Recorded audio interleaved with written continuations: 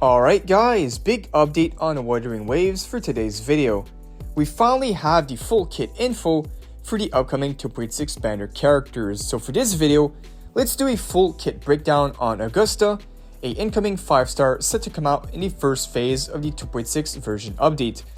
Augusta is looking like quite the character, with the official gameplay reveal showing her to be a very strong Electro main DPS. So let's see what she is all about in this video. And also, if you guys do want to be kept updated on everything about WUWA, make sure to like the video, subscribe to the channel, and put those notifications on. It will help you guys be updated with the latest WUWA news 24/7 right here on the channel. But alright, let's not waste any time, get right into it. We have quite a lot of kit info to go over. One thing I do want to mention is this is still the pre-release kit info, and we could still see some changes on the kit in the next few weeks. But still, let's see what Augusta is all about in this video. So pulling up the kit info here, we have the website showing us the full kit. Starting off with the fact that Augusta is confirmed as a Electro Broadblade character with the role of a main DPS. We also have the Ascension materials and the talent level up materials for those who want to pre-farm. The new flower is going to be in the new region, so we can't unfortunately pre-farm for that yet. But once 2.6 comes around with the new location, you'll be able to get this new material. Alright, now before we get into the actual kit, we have a small introduction into her combo tutorial. So just to read over a small part of the combo tutorial, basically when Augusta is into battle, she accumulates something called Prowess to be able to cast chained heavy attacks, and she also gains something called Ascendancy to then use the chained resonant skill. Here it says the outro skill, inherent skill, resonant skill, and the Undying Sunlight Plunge attack grants Majesty, and once Majesty reaches 2 stacks, Augusta can then cast the Resonant Celebration Sublime in the Sun and enter Sworn Allegiance, which is the first ultimate, bringing her in a new state for 7 seconds, which will then unlock the finisher Sublime is the Sun Ever Bright Protector, which is basically the second ult. And one thing I did see from the gameplay is when she enters the Sworn Allegiance state for 7 seconds after using the first ultimate, she will then freeze time for those 7 seconds. The boss and timer will be frozen, which will allow you to dish out as much damage as possible for those 7 seconds. So just with that, she already sounds pretty insane. But now let's go over the actual kit info. Alright, so the normal attack, we have perform 4 consecutive attacks dealing electro damage. Heavy attack deals electro damage, and you can also follow up the heavy attack by performing basic attack stage 2. And then let's see what else we have here. I'm gonna skip over the standard stuff that doesn't tell us much. Like basically, this is basic for every character. The dodge counter, mid-air dodge counter. But it seems like we have a lot of heavy attack info. So she has many forms of heavy attack. She has one called Heavy Attack Thunder War Backstep. When Prowess is full, Heavy Attack Steel Clash is replaced by Heavy Attack Thunder Roar Backstep, dealing electro damage and consuming all prowess. And then from this move, you can also perform the Heavy Attack Thunder Roar Spin Slash, which is Augusta whirls and slashes out her Broadblade, dealing electro damage. We also have Heavy Attack Thunder Roar Uppercut, which is another heavy attack. Immediately after starting to cast Resonant Skill, Warrior's Blade with full prowess, press Resonant Skill to perform Heavy Attack Thunder Roar Uppercut, dealing electro damage and consuming all prowess. And then from that, you can also chain another heavy attack, which is going to be chaining the Heavy Attack Thunder Roar Uppercut, dealing more electro damage and consuming all prowess. And there's even a dodge counter part of the heavy attack Steel Slash. When prowess is full, you can dodge counter, and the dodge counter will be replaced by dodge counter Heavy Attack Steel Slash, dealing electro damage. And there's also dodge counter Thunder Roar Backstep.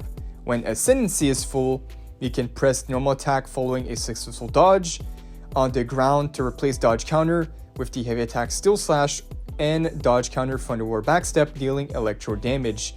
So yeah, reading this over all in one take could be a little bit confusing, but basically it's what we saw from the combo tutorial.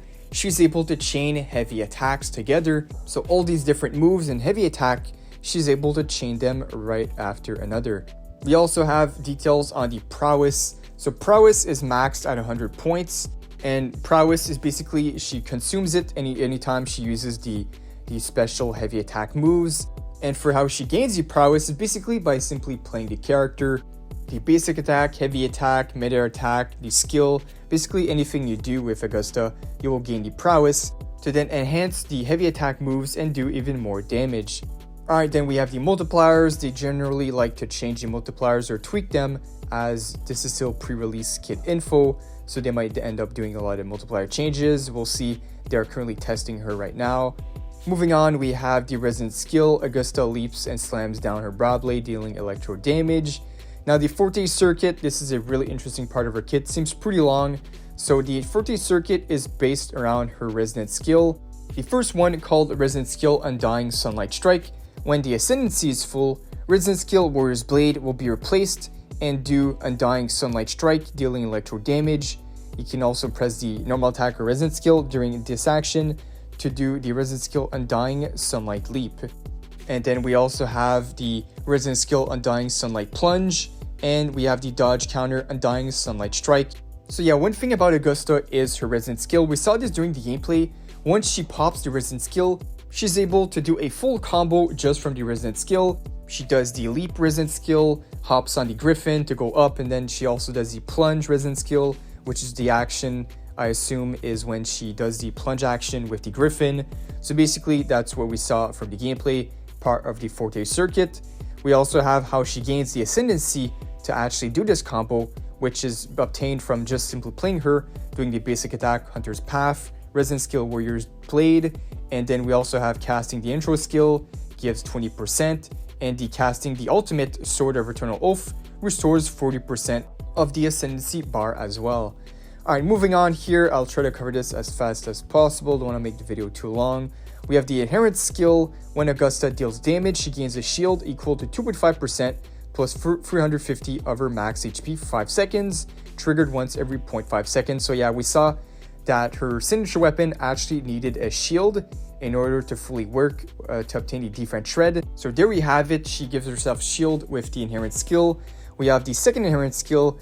When Augusta is out of combat for over 4 seconds, she gains the following effects, triggered once every 4 seconds. If Majesty is less than 1 stack, restores 1, fully restores Crowns of Will.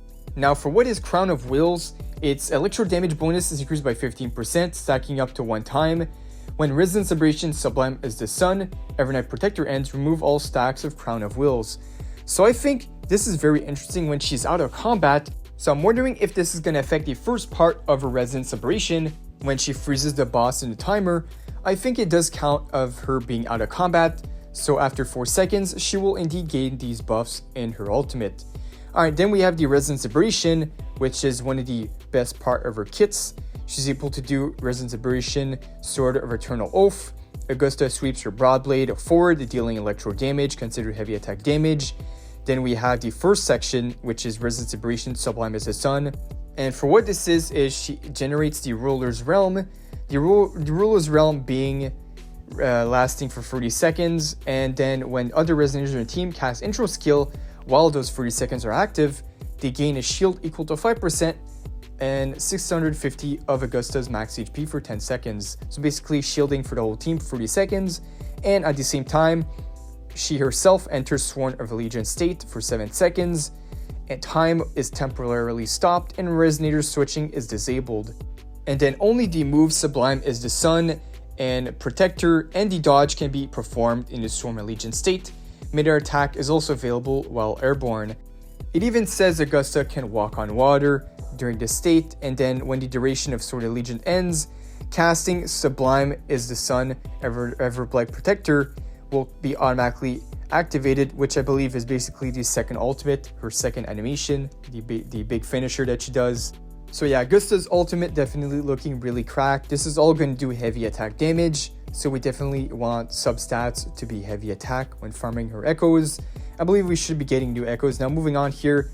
Oh yeah, so we have the stat bonuses in her kit. It's going to be attack and crit rate across the board.